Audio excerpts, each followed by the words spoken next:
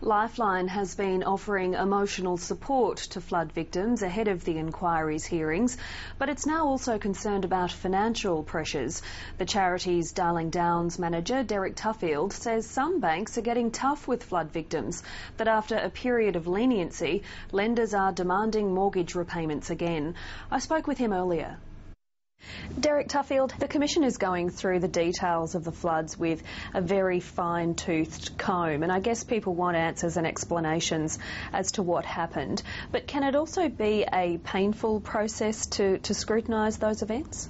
Look, I think absolutely. That's why the state government has asked Lifeline to provide the qualified counsellors to be with them. People have to relive, the trauma of seeing a 7-metre wall of water coming down through Grantham. They've got to relive the destruction of their homes in some cases, and obviously the loss of life and loved ones and friends that occurred during the 10th of January. So emotionally, incredibly taxing for them. It rekindles lots of tears, and they need that emotional support to be with them to actually help get over that, but also, I guess, to provide accurate feedback about what actually took place.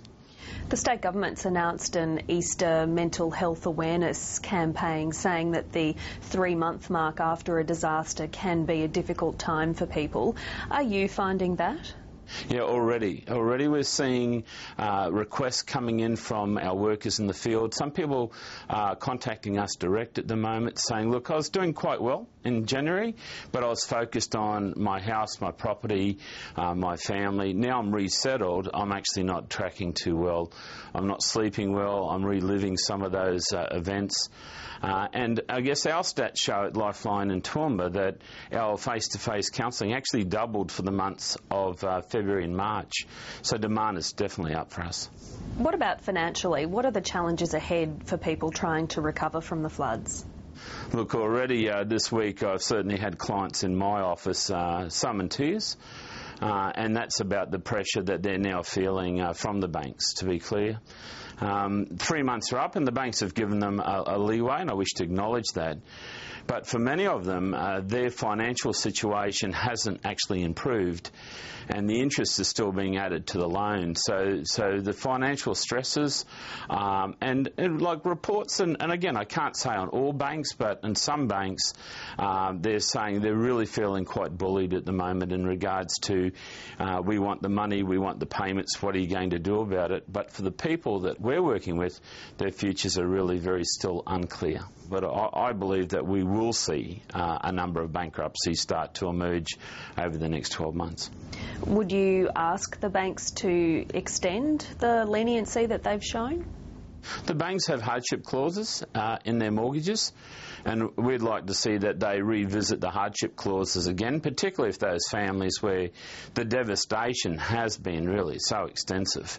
And what I have seen is not only have their properties been destroyed, but their income streams have also been affected. So where they worked got flooded and got knocked out in the Toowoomba floods, and then at home they lived down in the Murphy's Creek or Grantham areas and came home to a house that was destroyed. So they've actually copped double whammies on this, and for those cases I would ask the banks really look hard at their hardship clauses and how they can support these families through it. Is Lifeline sufficiently resourced to cope with the demands on your organisation? Look, we've done well. I think we've done really well as an organisation, both locally and statewide. But I am pleased to say that the Queensland Government did contact me through Department of Communities in the last week, and I understand that there will be a letter of offer coming for 2 counsellors, full-time but for 6 months, one for Dalby and one for Toowoomba. Now that will help us to take more appointments, and I think the Dalby position will be heavily subscribed with appointments, and I'd like to think the government will review that towards the end of its 6 months. Derek Tuffield, thank you. Thank you very much, Jess.